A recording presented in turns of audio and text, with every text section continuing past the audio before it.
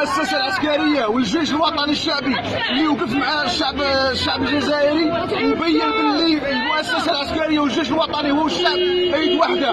نطلب من المؤسسه تواصل الاجراءات. حكومه بدوي ما لناش معترفين بها، حكومه غير شرعيه. كل القرارات اللي صدرت من القوى غير الدستوريه مرفوضه.